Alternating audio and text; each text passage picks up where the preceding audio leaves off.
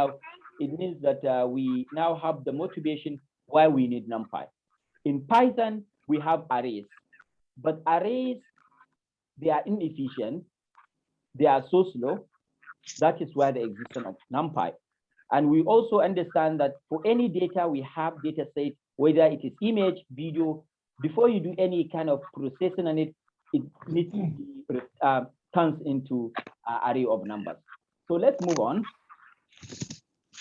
And it is quite good because many other libraries like pandas was implemented on top of NumPy.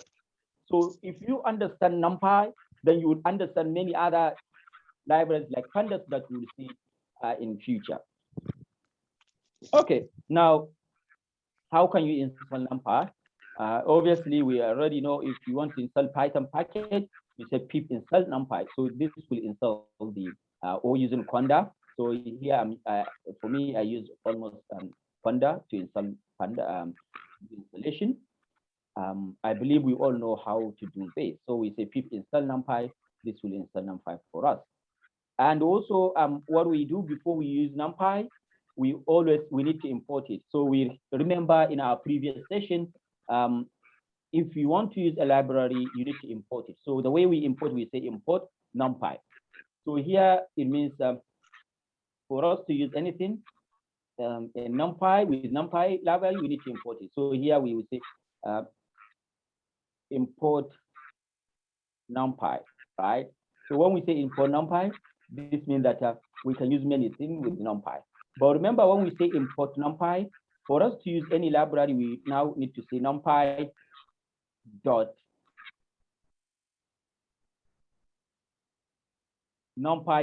for example, we want to create an array. We need to call this NumPy explicitly. We need to call the name of the package. But it is so tiring to always write the full name of the package of the library. So there is a shortcut which we basically use. So we just say import NumPy as NP. This is telling you that when you import NumPy, just use NP as a shortcut, don't call it. So when we have import NumPy, then it means that when I want to use anything that will array, so I don't need to say call NumPy. That is alias that we use. And also for us to see the version of NumPy, we use this something like this. So if I say import NumPy like this, then for me to see the version of NumPy, I can say, okay, NumPy dot, I can say something like this. I can say version. Can you see it coming up like this? Then this will give me the version. Then I can say something like this. So this will give me the version of NumPy I have. So if you don't have NumPy, you can install it, and we can continue working as you can see. Now, let's quickly understand one very crucial thing that is in Python.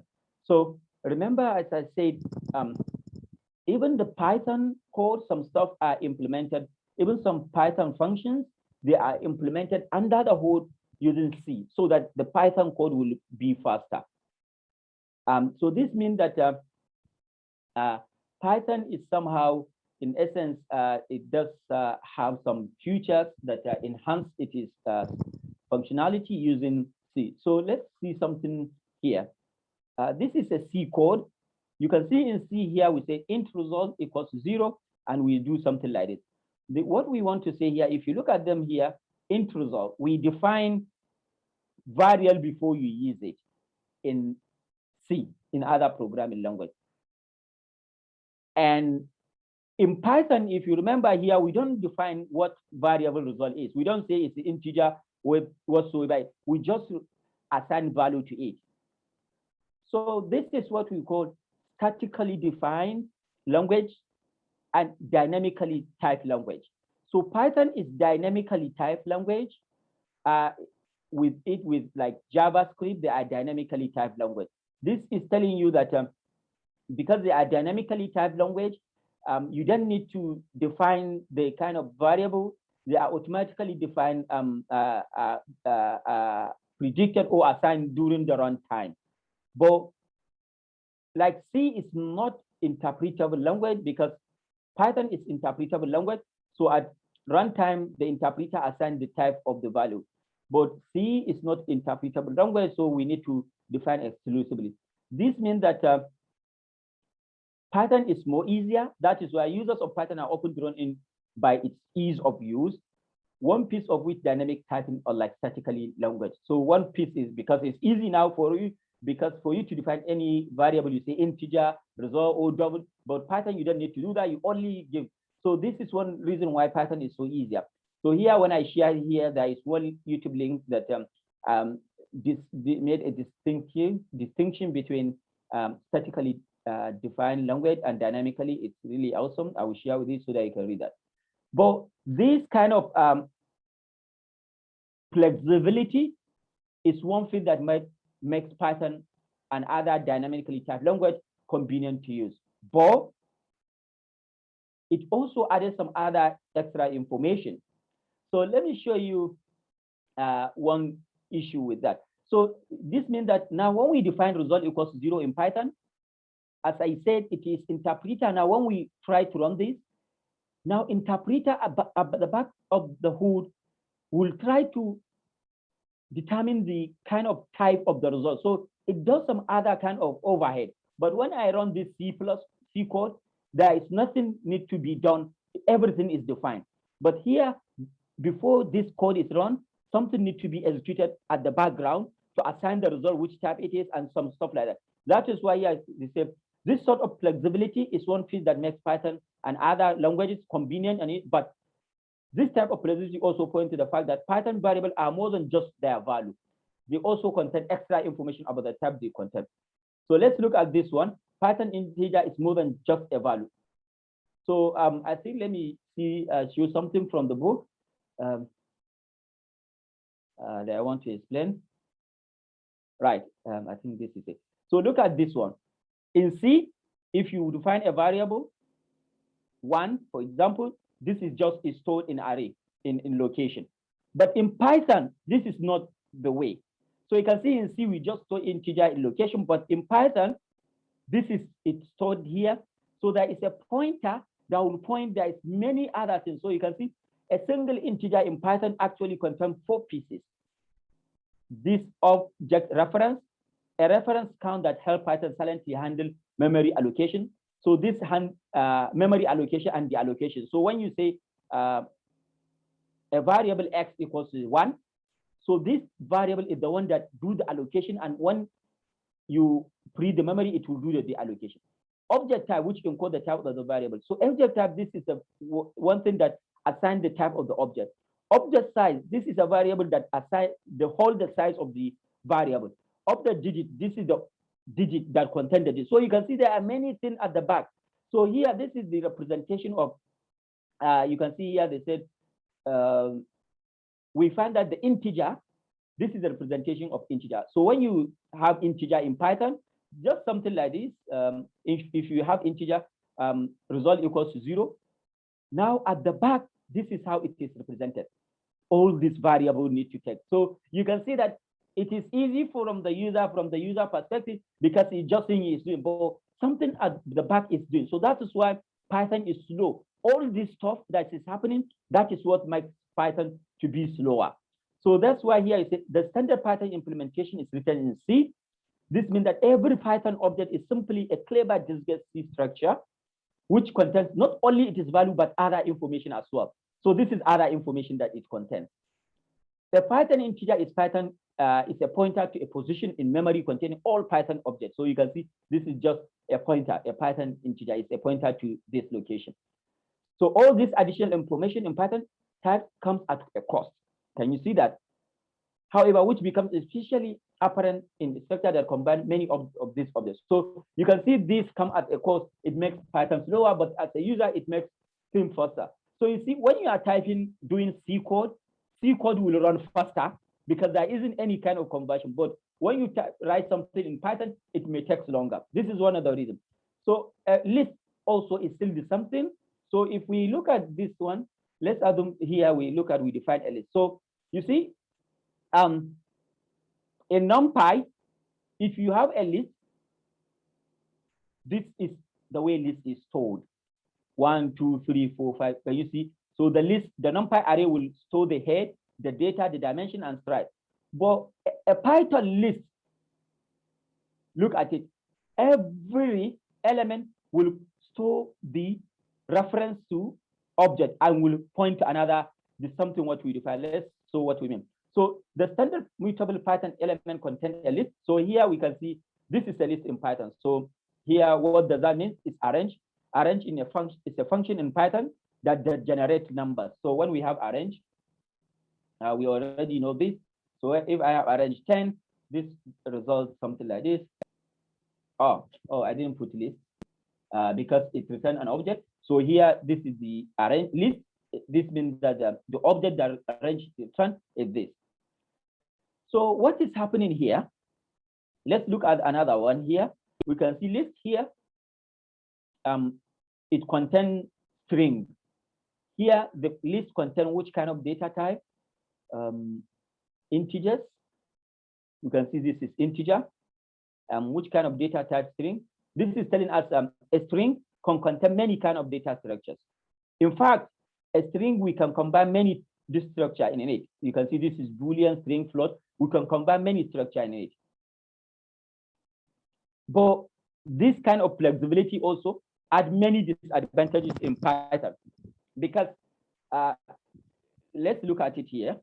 So here it means in Python, when you define a list, every object, I have the first object here, for example, this one, if it is Boolean, then it means Boolean is a single stuff, then it will be represented the somewhere one Boolean, it will now reference to another position here, which will be represented in this manner. So you can see it is taking much time. So if this is integer, the second string or integer, then this is how list is represented. This is the name of the list. These are pointers. Then this pointer for integer will point to another integer location, which will be something like this. Sorry, sir, the screen is halfway. Overhead. So you can see there are many overhead in Python. So this actually leads to slow in Python. So this comes to the rescue in Numpy array. So Numpy array doesn't have this. If we talk about Numpy array, you can see this is Numpy array. This is Numpy. When you store integers, these are just 1, 2, 3. You just store them. I mean, everything you just store at this. There is nothing like this. Sorry, sir. Can you please readjust the screen? Okay. What do you mean to readjust? Can't you see now? I mean, hello, can you see? Yes, we can see. Okay. Can you see when I share a book? Can you see a book when I share it? Yes, we saw the book, but when you were describing the arrays, okay. it wasn't okay. Now what are you seeing now? Is it the book or what? We are seeing the table of contents. Table of content? Table of content of the book, and really? Halfway. Yes, the book is there. Okay. So I'm using strong. I think it is okay. Is it okay now? Yeah. Yes. Yeah, this is okay now. Yeah, okay. Let me know anything so that I should not continue doing something with here. Okay. Is okay now? So do you understand the explanation I did about the NumPy and the list? Do you understand, or it's not clear? You didn't see it? Yes. Can you just come back again, sir? Okay. So let me come back again a bit. So what I was saying is this. We said in Python, in C, if I want to store 1 in C plus OC, it is just stored at this location. This is where 1 is stored. You can see that. But in Python, there are many overhead, because in Python, what we do, we just said, I did this explanation previously. When I want to define a value result, it's 12, is 0, for example, or is 12. This is called dynamically typed language. We do not actually say this is integer. But why is this? This makes Python easy, but there are many overhead related to that. In C, they are called statically typed language. So you specifically define the type of your variable. So this, what we are saying, there are many overhead here. So this is C. You said, okay, this is value. But in Python, there are many things going overhead. So I made explanation here. When I define a variable, maybe integer x equals to 1, what happened is that a single integer in Python actually contains 4 pieces of information. The first one is this object reference count that helps Python silently handle memory allocation. So because you see, in Python, you just say result equals to 12. But Python silently handle allocation of this to memory, saying this is the size, this is it. So this is what handle that. Object type, this is the variable that holds the type of the object, because we do not define it like the way we do it in C. Object size, this is the variable that holds the size of the object. Object digit, this is what holds it. So there are many overhead. So also this is something with the list. As I said, the list in Python, you can store many things. You can see we store integer, and you can see we store a string in a list because this is a string. And in fact, we can store many things. We can buy a list is can contain many different items. So you can see this is true Boolean, this is string, this is float, this is integer. So this is mean that it's so many stuff here. But why this? This is inefficient in the sense that this is how this is stored in Python. This is the list, the name of the list, the length, the item. But each item in the list, the first one, for example, through the first item, it will contain a pointer to integer location. Because okay, do I have integer? Okay, number 4, for example. Number 4 will point to an integer location. So this means that this is a reference to that integer. If I have integer number 4, this is the reference to the integer. But this integer will now point to another location. This location is something like this again. It will become something like this to hold number 4. So you can see there are many overhead. So if this whole list, the whole list is integers, this is 2, this is 3, this is 4, this is 5. This means that there is overhead in holding the same integer the same way. So this is actually what contributes. In essence, the Python list is kind of suboptimal. It actually does not provide efficient way. So here we said, okay, Python come with another way to provide a fixed type. What we mean by a fixed type is that because the list here contains many items, so Python come with an array that contains a fixed type. It can contain only one kind of item, integer, float, or something like that, so that it will not be inefficient. So here, this is Python come with the built-in stuff. So you can see here we have import array, but you need to provide this import array. And here we can see that we said array because we import array. We can say array.array, which is the method. Then we provide our object here. So here you can see we have a list, and this list returns the list of 1 to 10, and we say okay, and we provide I here. Then when we run this, let's see what will happen. So you can see this is an array, but this array is called fixed array in Python because it will only contain integers, or it will only contain doubles, only one item. So here, but it's not defined the same way as we define array in Python previously. So here you need to specify the type. Here I is the code indicating the content is integer. So you need to specify whatever it is. So you can see here, we can see here when we say which type is this, with what kind of, so you see it is array. So this is array. Now the NumPy comes, you say, okay, now Python. Hello? So the NumPy comes, say, oh, hello?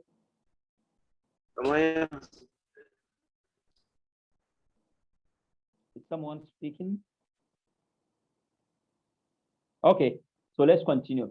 So NumPy now comes and said, okay, right, since Python has a fixed type array, that is array to contain only one item, let me build on top of Python array so that I can add more features on my own.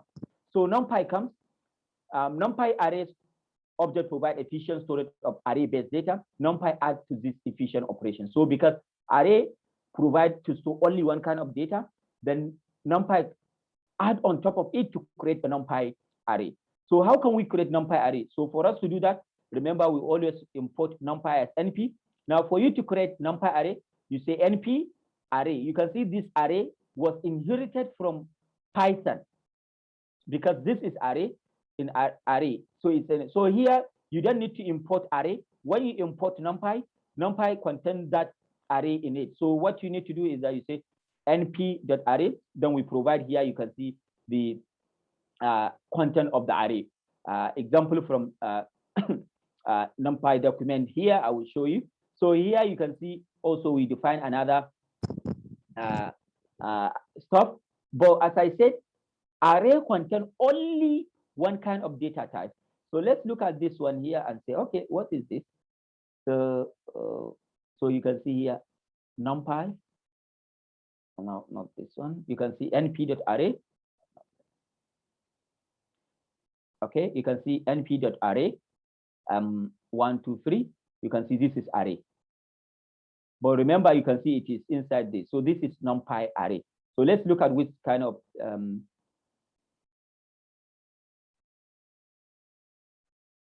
but here you can see we have float 3.44. But remember, array contains only one single type, also NumPy. Then NumPy will upcast. It means it will change this one from 3.14 to nearest stop. So we can see here when we say, okay, print A, what will happen?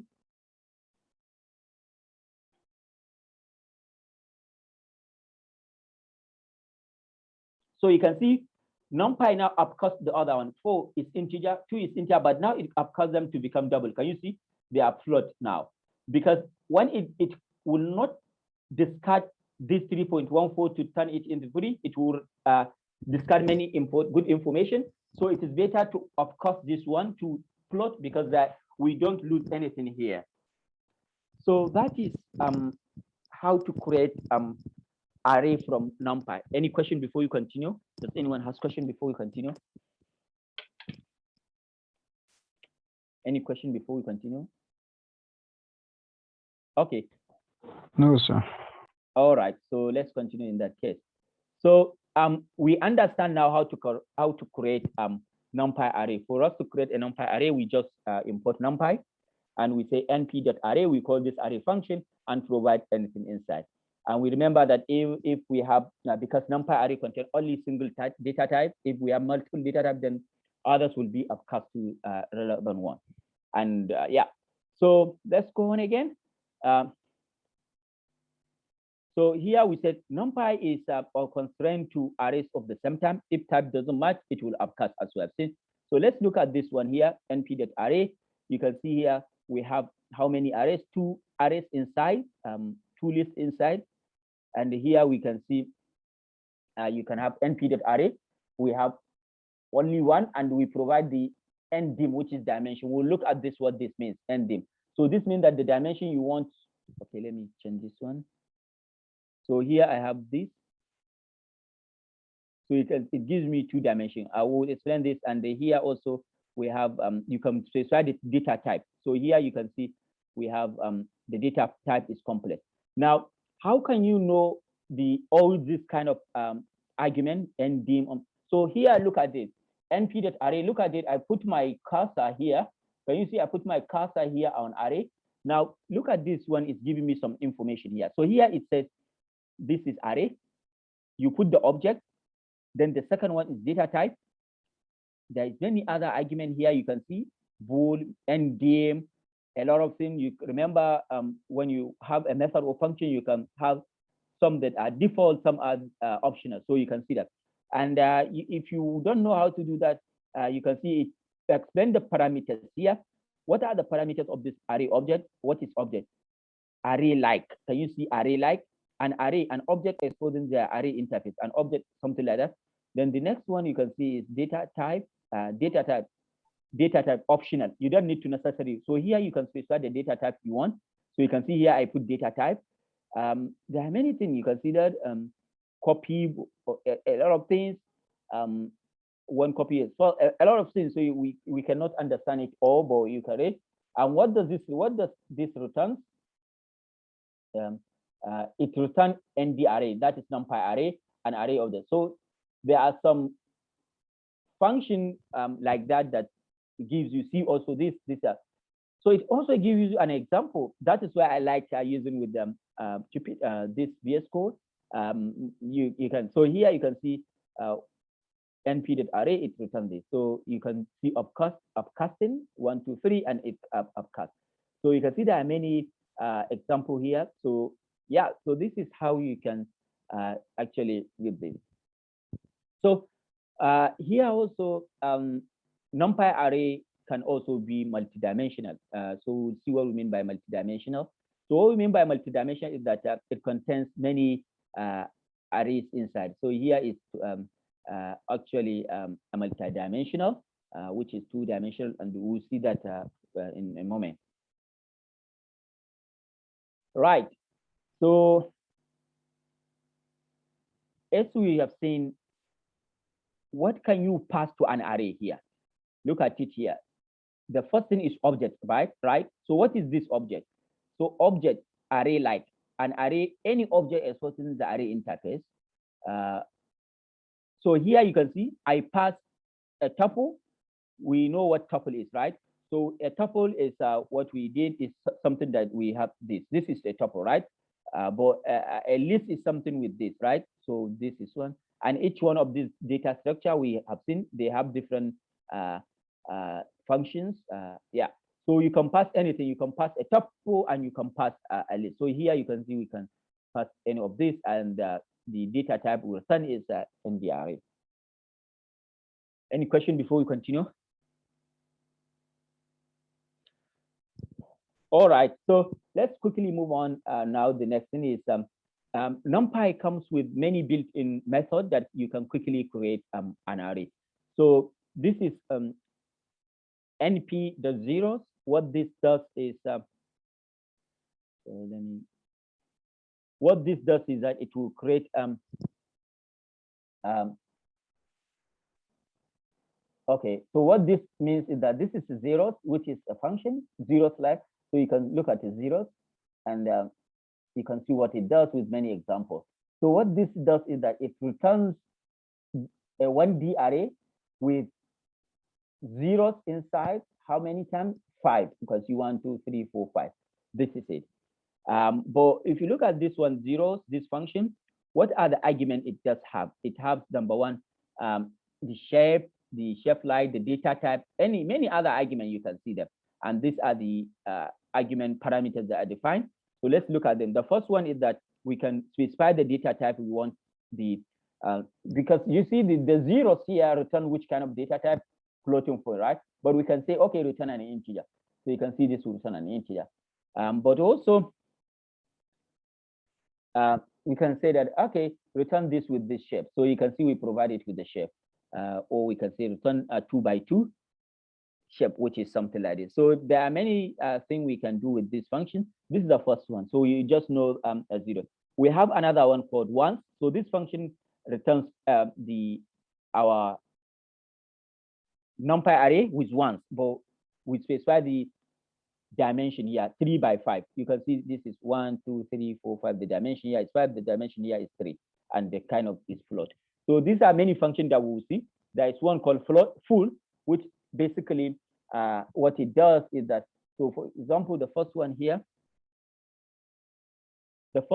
we say np.full. What it does is that it returns the 3 by 5 NumPy array, but with all these values here. So that's what this function does. So with many other things, the next one we have here, we have arrange. Which one? Return evenly spaced values within a given interval. Right. So we have arrange function. What arrange function does is like this. So if we take this, we have range, right? We have range in Python, not NumPy. What range does in Python? Who can tell us? What range does?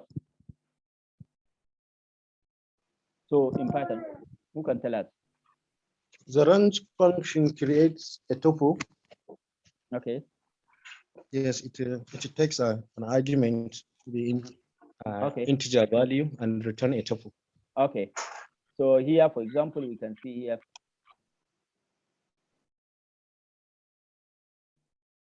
Oh, I didn't put anything inside. Okay, so here, for example, we can see I want it to return as a list. You can see we have 2, 0, 1, 2, 3. So range by default, it returns sequence of numbers.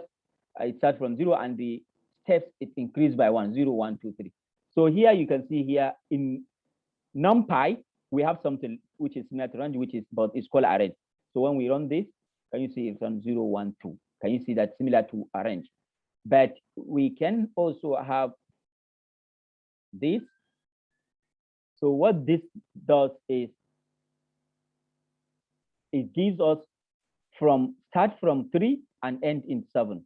So there is start and there is an end, which is give us this. But when we have this, it means this is the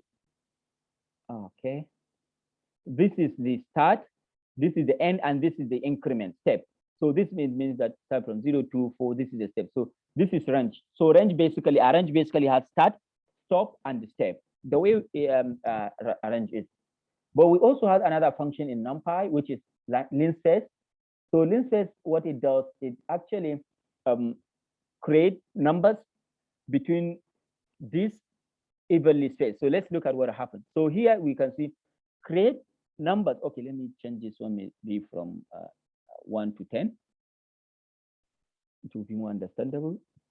So no, I think 1 to 10. Okay, let me see 1 to 11. 1 to 10 4 times. Let me see this. I want to see this perfect example. Right. So linspace create numbers from 1 to 10, but their differences is 4. From 1 to 4, what is inside is 4. 1, 2, 3, 4. From 4 to 7 is this. Can you see that? So this is linspace.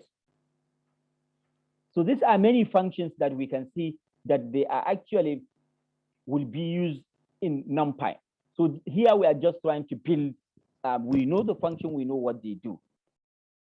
So let's go on again. So this is another function in Numpy, which is random. So this function basically what it does, it returns random. So we have a module called random. Can you see the module?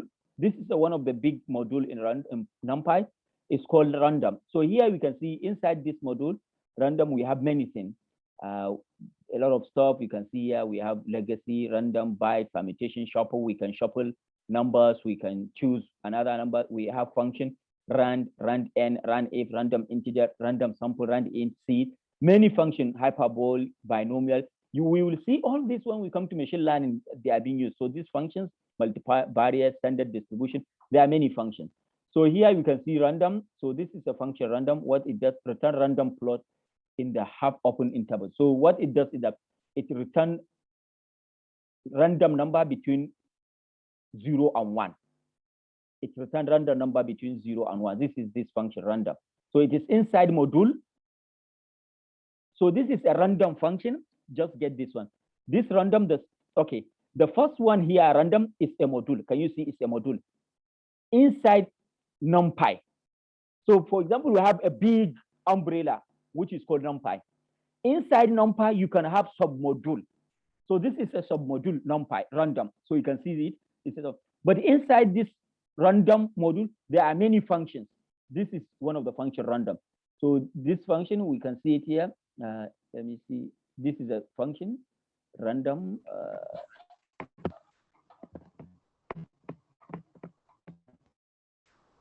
Without I pass it, random, where is random? Yeah, what? Can you see it? This is the function random.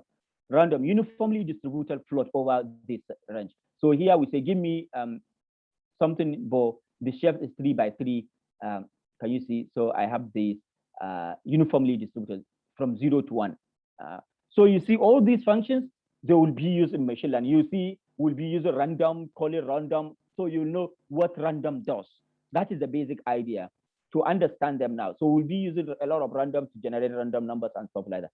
But also we have random normal. So this is normal distribution. So you can see here what this normal does. So when you put this one here, you can see normal. Normalize from start, location, scale, and size. draw random sample from a normal Gaussian distribution. So this is what it does here. It draws sample from normal. So it will draw sample here from normal distribution. And the side here we provide is what? 3 by 3. We have 3 by 3 here, but this is the Gaussian distribution, 0 to 1.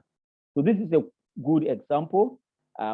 We will take care of this function when we come to machine learning. Any question before we continue?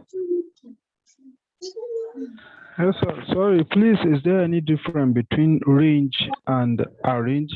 Right. Method? Good question. So he's asking, is there any difference between range and arrange?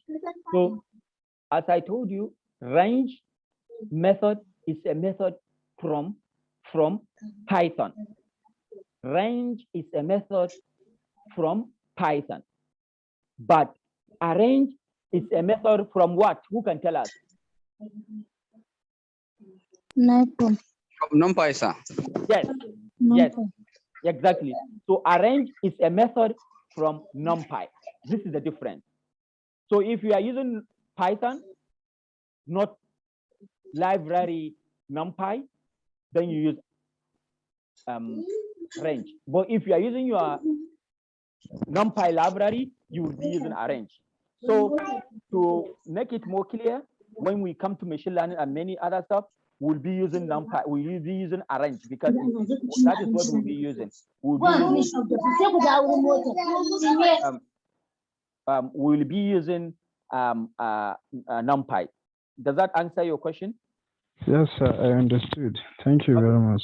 Any question again? Can somebody ask question? If you don't understand, ask question before we continue. Anyone? All right.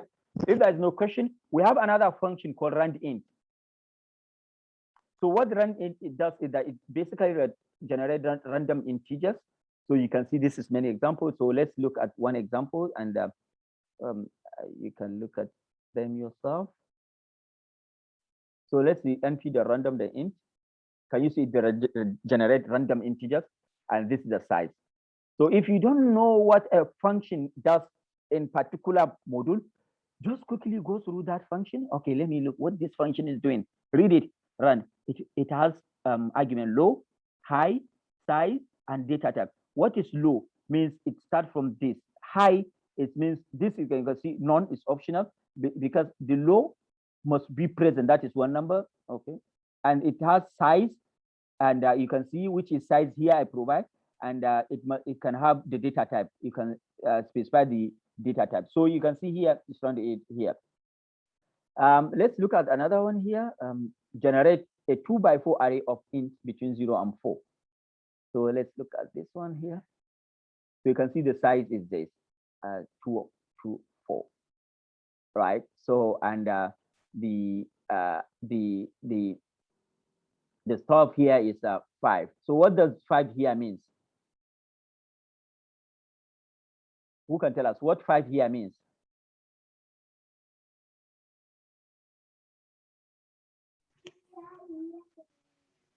Five is the starting point, sir. Okay, let me see here. Let me so here. So let's look at this one, the answer from here. Look at this one. What can you say here? Here is 2. So we have values from 1, 0, 0. That is, look at it here. If you say randint, the first one is low. Return a random integer from low. From low, return a random integer from low. That is from the first argument, inclusive to high, exclusive.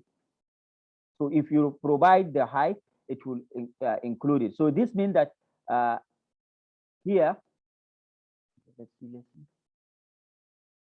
This means that here we are not returning this 2 is exclusive in the sense that any number between 0 to 1, it will be returned. So if we have here 5, then you can see that it will return because it's random. Can you see it's changing different numbers? So it will not include 5, but any number between 0 to 4, it will be included. This one is it's not included the 5. So this is just random function. You become familiar with them, this is another one, the last one, I. So what this does is that it returns a diagonal ND array. When we say diagonal identity matrix, we can see here it's identity. We have all one by one, and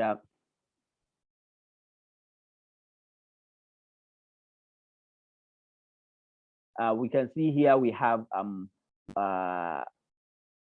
who here does this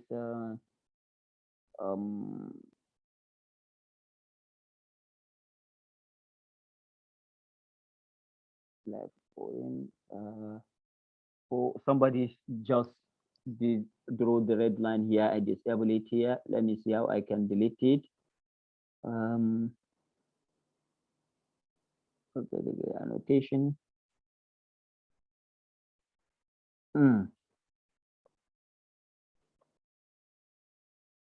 Clear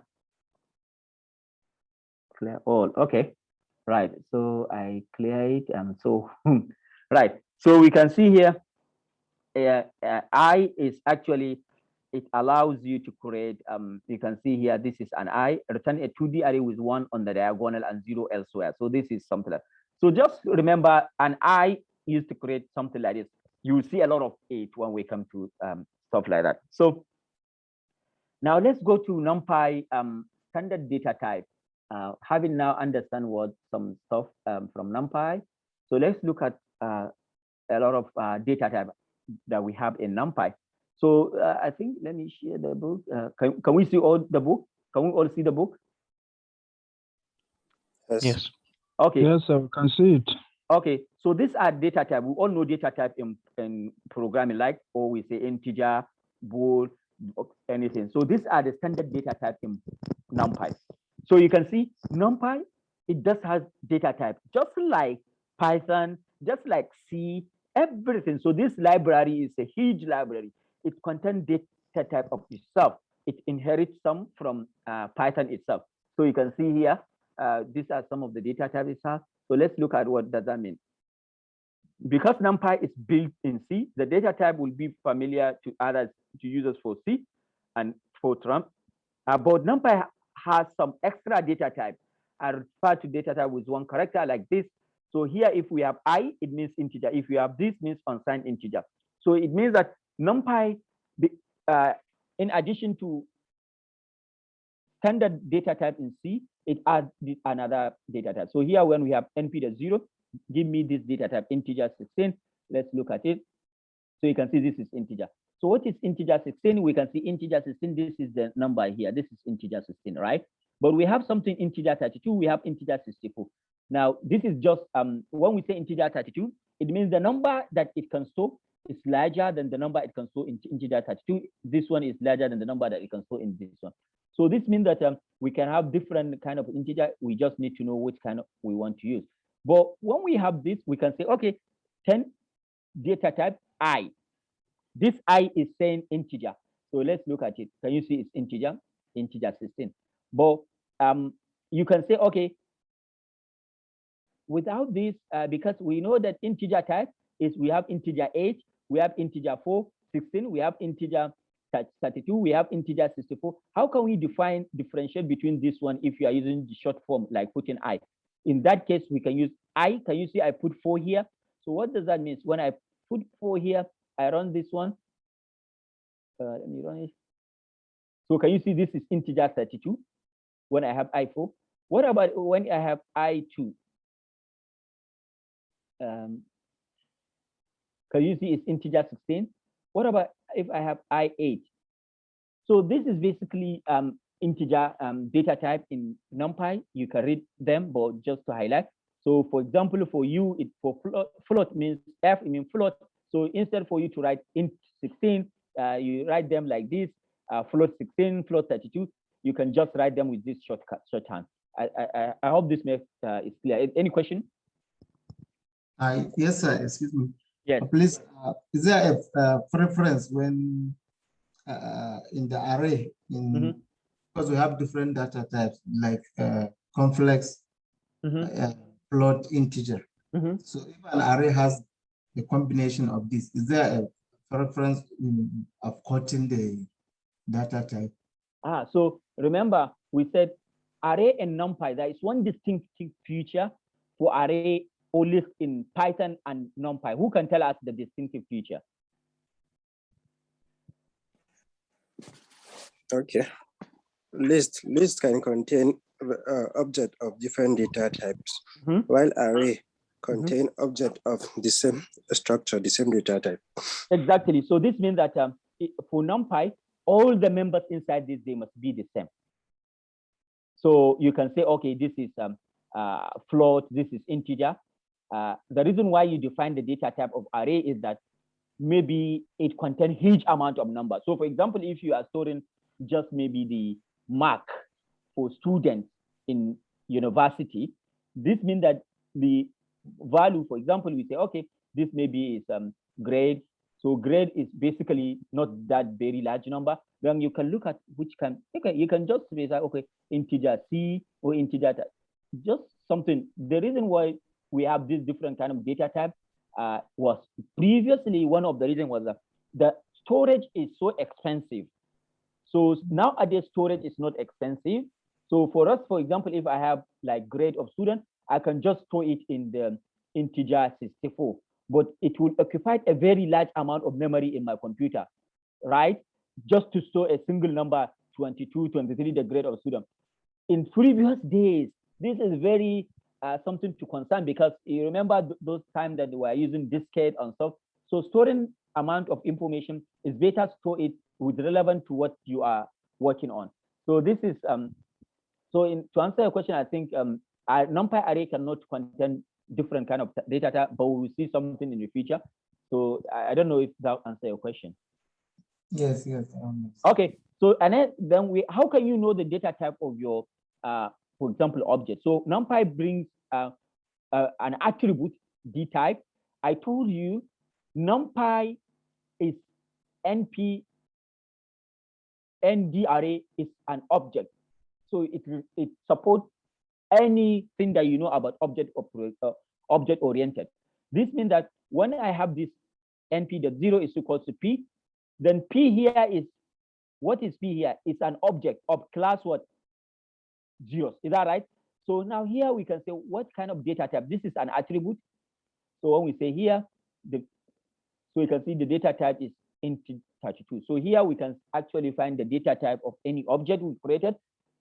But you can see what here is. So here, when we use this type P, so here is telling us it's ND array.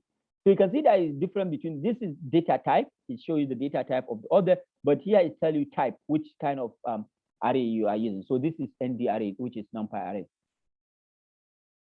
Any question before you continue?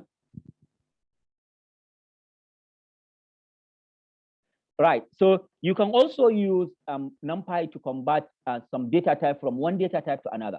So let's look at this one example. You can see this is an example in which we basically have okay, let me, I think the example is okay. So you can see here, this is basically we have this P object we created with data type is integer, but we want to change this P from integer to float. So we can use this function. So we can see here, this is data type integer, but if we want to actually change this one, so we can use this. So you can see as type. Can you see what this as type does? Can you see casting? We remember what casting, type casting. It changes from this data type. So we can, when we say P, that as type float, it will change this one to now P will now change to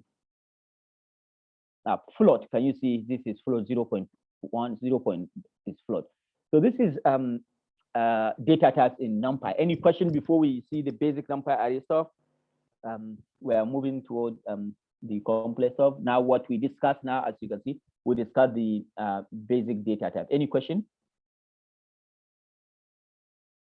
So you can see we discussed the basic data type, right? Basic data type with the kind NumPy array. Now what we see is basic NumPy array. So any question before we continue? Right. So this is we are moving into the essential of NumPy. So NumPy, we have seen now how to create an array, and But the main essence, when you create an array in NumPy, for example, given a text or a picture, you convert it into NumPy array. Now I convert it. Now what can you do with that NumPy array? With that array, it means sometimes we can do some kind of multiplication. We can do, we can extract some stuff from it. We can slice. We can reshape the array. So here we will see basic manipulation or using NumPy array. The first one we see is the attribute of array. So when we say attribute of something, so let me give you an example. For example, I see a person or a car, then that car may have different kind of attributes. Number one, what is the size of the car? Number two, what is the shape? Number three, what kind of fuel it consumes? Is it petrol or diesel? What kind of make? Is it Honda, Mercedes? You know, all these are kind of attributes. So array also has its own attribute. That's what we see now. From now, we go and see how to index array, how to slice array, and how to reshape. So let's look at NumPy array attribute. So the first thing we will see, like the first one is 0D arrays. So 0D array are all scalar element in array, each value in array. Okay, let's look at this one. So you can see here, we said array numpy.array. So here we are creating an array, but the array here, if you look at it, it's just a single number, which is called scalar. A single number is called scalar. This is called 0-dimension array, 0 dimension. So here, the first thing we see, as I said, dimension of array. So 0D array or scalars is the one where the element in array are the elements. So here we have 0 dimension. We don't have any dimension. Now we can say, okay, let's print this one.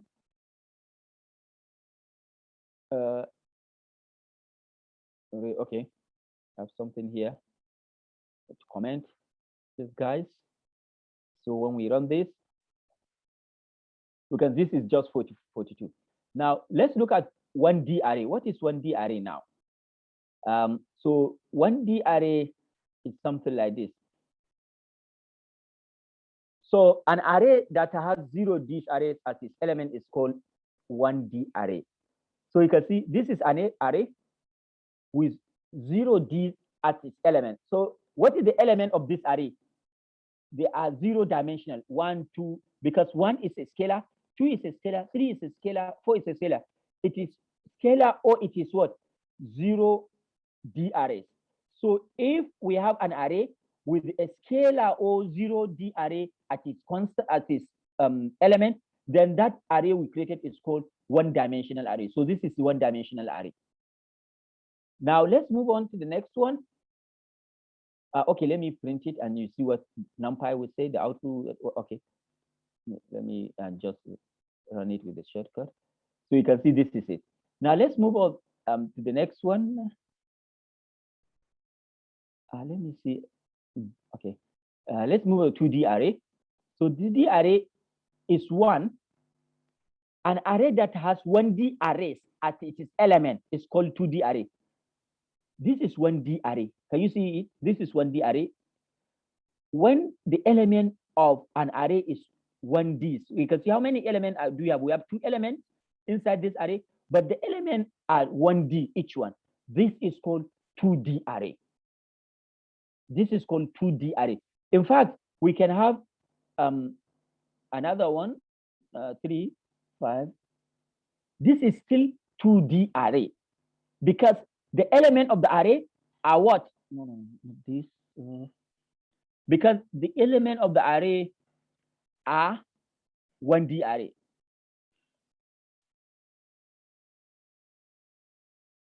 Does that make sense? Any question? Sorry, sir. Yes. What I want to ask is that must array always be in a column form, in a row form? Can't we have an array on a straight line, for example? And in a straight line? Yes, sir. What do you mean by like this?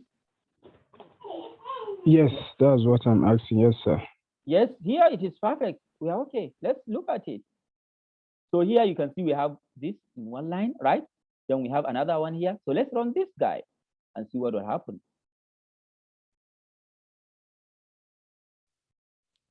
I have something here which is wrong. Something else. What do I have here? Oh, I have another one, right? Square bracket is missing. Or where?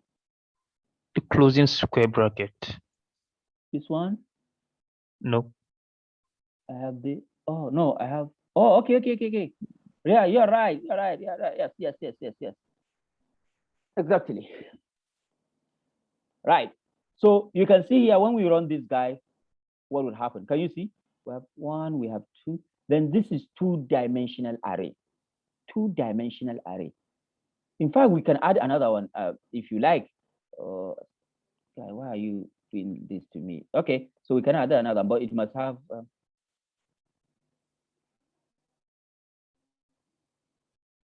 Let me run this guy again. Can you see? This is 2-dimensional array. This is the idea. Just take this idea. When the contents, the element of the array are 1 dimension, then that is called 2 dimensions. So because you can see, this is 1 element inside the array. I use comma because you can see in 1 dimension, what we use is that for each element, we use comma to divide for each element. So this for each element, but each member is a single dimension, that is 1 dimension. But here, for each element is 1 dimension. For each element is 1 dimension. This is 2 dimensions. So likewise also, if we use, go now. So likewise, if we use for 3D array, this is still the same thing. An array that has 2D arrays, can you see? At its element is called 3D array. These are often used to represent a third order tensor. So when we go to, for example, TensorFlow, PyTorch, all these machine learning libraries, they use what is called tensor. So when I have 2D array like this is called 2D array or matrix. But when you have something more than 2D array, it is called a tensor. So you can see the element here as what? 2D array. You can see this is 1 element, and I use comma to represent this. This is called a tensor. So we see many of these. This is just introduction to see what this is.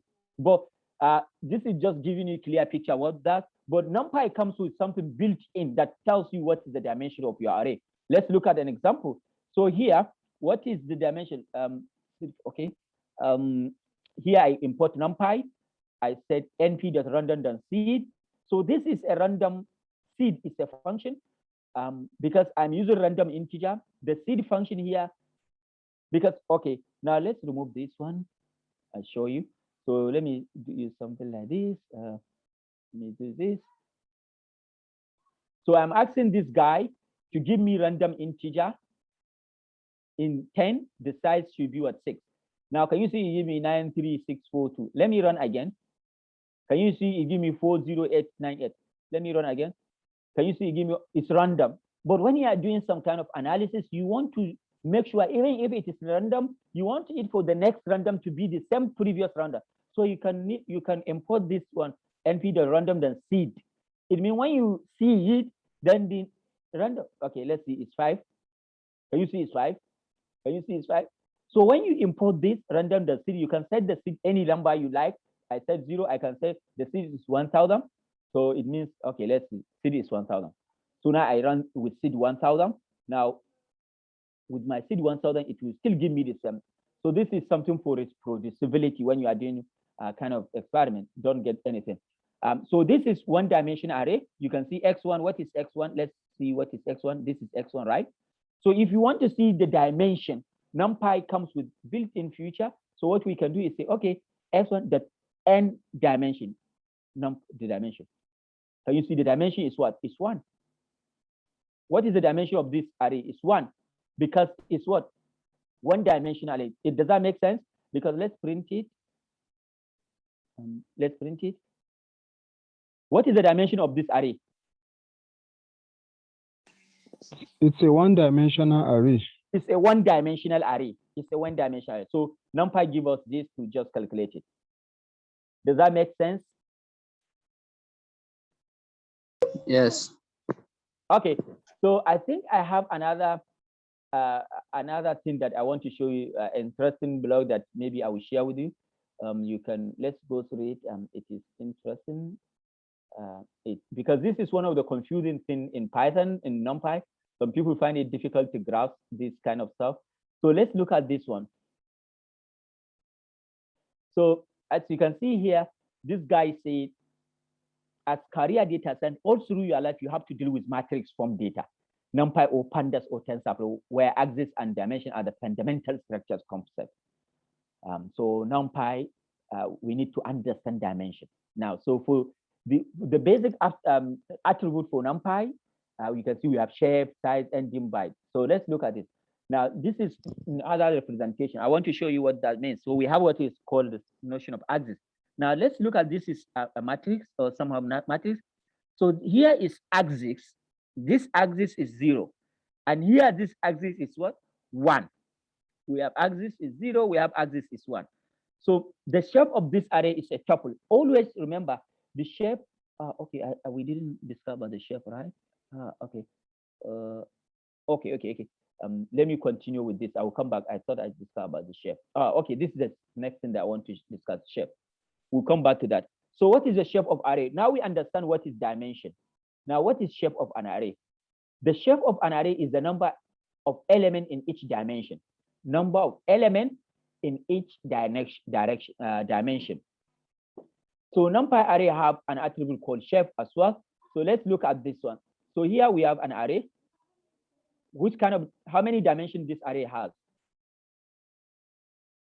2. 2, right? So it has 2. But we want to find the shape of this array. Who can tell us the shape of this array? It's 2 by 4. 2 by 4. Why 2 by 4? It has 2 rows and 4 columns. Huh? So I It has think it's 2 rows and 4 columns. The shape is 4. The shape is 4? 2 by 4. Why 2 by 4? There are 2 scalars, and each of the scalar has 4 elements. Right. So this is what I want to show you. So when we run this, a shape, remember always a shape is a tuple. It returns something like this. A shape, when we talk about shape, it will always return something like this. It is a tuple, always a shape. Even if it is one shape, it will return something like this. Remember, a tuple is with this comma. So this is always a tuple. So here is, you can see here, this is the shape 2 by 4. We have 2 dimensions, and each dimension has what? 4 elements. So this is what I want to show you here. So also the Python NumPy comes with the how to find the dimension. So here, this is just an example. I create a random number, and I want to look at this stuff that we have seen. Now, X1, let's run all these attributes. We have shape. So now, what is the shape of this one? Who can tell us what's the shape of this one? Array X1. I create an array called this, and I want to find all these attributes: shape, size, data type, item size, byte. So what is the shape of this array? The shape is 1 by 6. 1 by 6? Yes. Okay. Who can give us another answer? Oh, you all agree? You all agree 1 by 6? The shape is 6, sir. The shape is 6. It's 1 by 6. 1 by 6, sir. Okay, 1 by 6. Yes, sir. All right. So what is the size of this array? The size is 6. The size is 6. So the size basically tell us the number of elements inside. What is data type of this array? Should be integer. Hello? It should be integer. Integer. What is the item size here? What is this item size? So is it the number of elements in the array? Or the memory so let's look at it. Occupies. So let's look at, okay, here it doesn't show us here. Okay, it doesn't show. So What is the x1, the number of bytes? N bytes. So here we have all these are the attributes of our NumPy array. Let's look at the answers. Now here we have the shape is 6 by 1.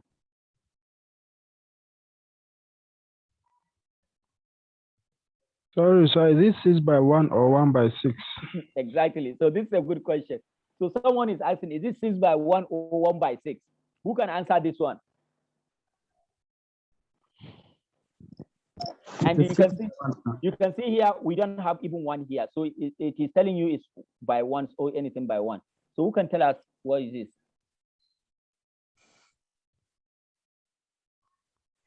So yeah, so I will explain a bit better when I show that block. So the size here, what is the meaning of this size? It means the size is 6 because this is the how many elements we have. This is that. But this data type you can see here is int 64. And the next one here, item size. So here it means in bytes. So each one of these is 1 byte. 1, 2, 3, 4, 5, 6. 1, 2, 3, 4, 5, 6. In byte here we have the 8 bytes size. So each item, because each integer is stored in 8 bytes. Do you understand? This is integer because you can see here it int 64, right? So when you have int 64, what is 8 by yeah, so each integer is stored by 8 bytes. So what about n bytes? The total size of it. So when we have 6 here, when you say 8 by 6, it will give you 48, I guess, right? 8 by 6. Yeah, yes. So this is n byte, number of bytes the array occupies. So the array occupies number of bytes it is, but here the byte is telling you what is the byte.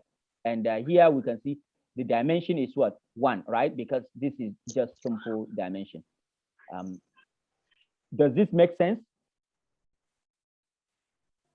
Yes, sir. Yes, sir, except the shape.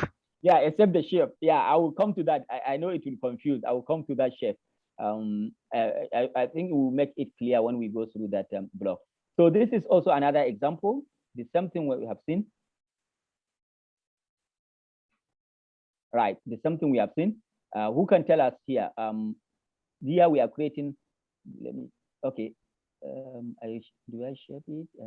Okay. Here I create a random 2-dimensional array. 10, 3 by 4. Yeah, 2 by 4. I mean 3 by 4. It means 3 by 4. It means the dimension across 3 and by 4. Can you see? This is what we have here, right? 3 by 4. You know, when you want to create the NumPy array, you can specify the dimensions, the size. Here we specify the size. So now, what is the shape of this array? Who can tell us? Should be 3 by 4. 3 by 4. So what is the size here? 12. So let's quickly here go on. So you can see here is 3 by 4. Yeah. And this is basically what we have seen. And the dimension, because this is 2 by, this is the dimension. I'm doing, this is 3 dimension with the same example, just repetition. This is still the same thing. I'm just repeating what I've said. Right, so let me go to that blog so that I can show you something. So I think this will make that, because that concept is a little bit for other people confusing. So let's look at this one. This is maybe a matrix, and this is what we call an axis. This is axis 0, this is axis 1. Now, the shape of this array is a tuple. I told you, the shape of array is always tuple. The shape of this array is tuple with the number of elements per axis. Number of elements per axis, which is dimension. Number of elements per axis. So in our example here, the shape is equal to 6 by 3. Because the first one here, the axis 0, this is axis 0, then we have 6. Then the axis 1, here we have 3. So we have 6 lines and 3 columns. Does this make sense? 6 lines, 3 columns, and the shape is 3 by 3. Now, NumPy has a function called shape, which returns the shape of the set. So here we have this, and when we call the shape here, you can see we have 6 and by 3, right? So what is axis of a NumPy array? So a NumPy dimension are called axis. The dimension in NumPy are called what? Axis, which is the rank. So let's look at very good example.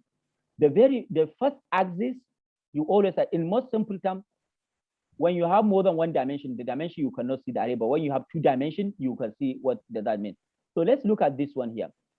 You can see here I have what? 1D array, right? This is one dimension, right? 1D array. Is this one dimension or not? It is. It's one dimension. Now, one dimension here. So here you can see we say this is the axis. This is the what? Axis 0. This is the axis 1. So now here, if you look at this one, this shape, I want to, so that you will understand that. So you can see here, this is, we have 2, 5, 6, 9. But in 1D array, here, the axis now is 0 because you don't have the vertical. Can you see it? You don't have this one. So in 1D array, this is the axis.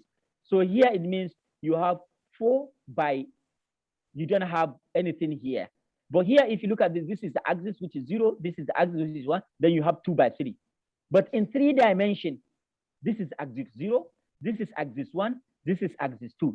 So in 3 dimension, this one here is axis 0. This is axis 1. And this is axis 2. So here will be like, you start always by axis 0, which is 4. Then axis 1, which is 3. Then axis 2, which is 2. So this shape is 3D array. This is 2D array. This is 1D array.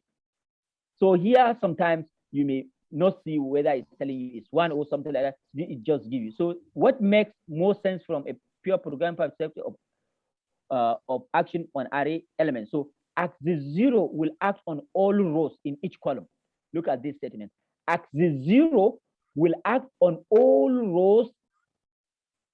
Will act on all rows in each column.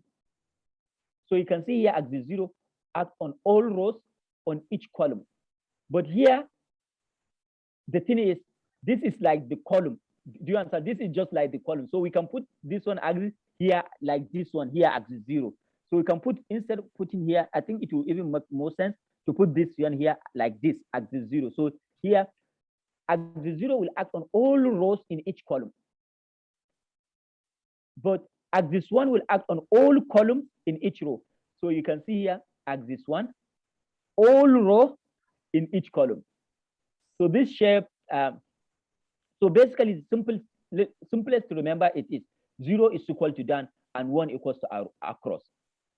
So this is basically, and this concept of shape, that is when we start doing, I mean, more or less in machine learning, this is something that is used every day. So this is how that shape becomes. Right, so I already shared that we can go through. Let's quickly finish, we run out of time. So let's look at an indexing a single element. So here we have an array, which is X, we can index it. How do we index? The way we index in Python is similar with the way we index here. So if we have an object here is X, X1, let me call this one. So here I have X1 here. This is it. Now, if I want to get X4 or 3 or 0, I can index it. So this one gives me, which element this one gives me? What this one gives me? The first element. The first element, right? Which is 2, right? This one give me 4, but this one, what about this one? What this one will give me? What this will give me? The last element. The last element, right? So when we are doing starting from negative, it will give me the last. So this is basically what we already discussed, how to in Python. So what about this one? It give me the second to the last, right? It will give me 2. So when we see negative indexing, start from the last of the list, while the positive indexing start from the beginning. So this is what we have. Now, in multidimensional array, how can we? So this is a single array, right? Single one dimension. We are indexed by using only the number. But what about in multidimensional array? This is 2D array. How can you index? So for you to index a multidimensional array, what we do is to provide 2 numbers separated by a comma. So if I want to take one number from here and one number from here, I put here. So this is telling me the first number, and this is, so let's look at this one here. So what this is telling me here is the first one here is telling me, what one here is telling me? We are picking the second value, that is 2. Okay, let me explain this. Now, this is array, one array. This is another array, right? Multi-dimension, 2 dimension. Remember here in single dimension, this start from 0, right? If it is 0, I pick this one, right? If I subset with 0. If I subset with 1, I take this one. It means now here, when I have 2 dimension, the first one here tells me which array. So here, if I have 0, 1, okay, let me put this one 0. 0, it means I refer to the first array here. Then 4 refers to the fourth element. So here it means, let me run this one. Who can tell me what will be the answer of this array 0, 4? Who can tell me? It will be 5. Okay, let's look at it. Can you see it's 5? But when I say 1 here, what 1 here is telling me, I am selecting, because remember Python is indexing from 0. So 0 means the first one. 1 means the second one. So I'm taking the first one, but the element, let me say the second element. So who can tell us what this will give us? 8. Can you see it? 8. We say 2 is 8 because 0, 1, 2. Can you see that? So this is how we can actually, in multidimensional, you access item using comma separated tuples. Comma separated. Can you see that? So this is basically how we do that. Remember, Python start indexing from 0. When I say it's from 0, 0, so it will give me the very first element here, right? You can also modify values using the above index. So you can modify values. So you can see here we are modifying the 0, 0, the first element to be 12. So here it means I'm modifying the value here. Okay, it's one. It's not that one here. So you can do that based, obviously. So any question for NumPy indexing? Any question? So if it is 3-dimensional array, you need to provide 3 arguments. So here you can see I have this one number 1. I have another one here. Can you see that? So you need to provide 3 indexes. Right. So any question before we continue? I think we are 1 hour 30 minutes. I think we need to stop here. Let's stop at indexing, but let's reach. So you can, as I said, you can modify the value of indexing. I think we can stop at slicing, right? Yeah. I think we can stop here at slicing. Any question before we continue? We go for today. Sir, please, can you kindly help post the recorded lecture today? Yes, I will also post that one as well. Oh, thank you. Any question before we continue? So I think next week we'll continue from array slicing. The chapter is quite long, but I hope next week if we have 2 sessions, possibly. I thought this session we will be able to finish array slicing, and the next one, which was, what was that? Okay, where do I intended to stop? Yeah, reshaping of array, but we will see that one next week. I intended we see reshaping, how to do reshape arrays, but we will see that. Yeah. So any question before we go? And flatten. Yeah. All right. So yes, sir. Can we get the file? Yes, I will share this file as well. Thank you, sir. Yes. So thank you for joining. So I think what I do is I will start just to practice the NumPy, what we have just covered today. I will also post some practice questions, exercises that you can practice. I will post it in the channel so that we can practice what we have gone through for today. Any question before we go? Right. So if there is no question, I think we can say see you all next week. Bye-bye. All right. Thank you, sir. Gotcha.